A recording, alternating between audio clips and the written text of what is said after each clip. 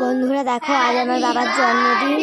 তো আমরা আইডিয়া করে একটা কেক বানানোর কথা ভেবেছিলাম।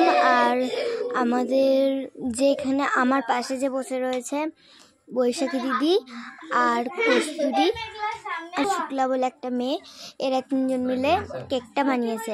আর আইডিয়া আমরা সবাই মিলে করেছিলাম। দেখো বাবা কেক কাটলো, আমরা হ্যাপি বার্থডে টু ইউ অনেক কিছু করলাম, উইশ করলাম বাবাকে।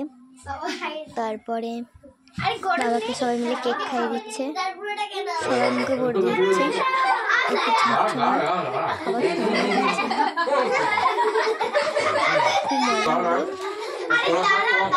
আমাদের সব ছাত্র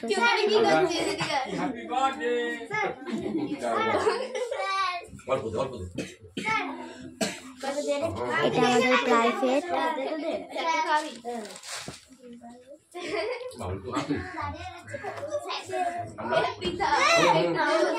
সেরকমই আমরা জানি না, ওরা সব জানে স্টুডেন্টরা।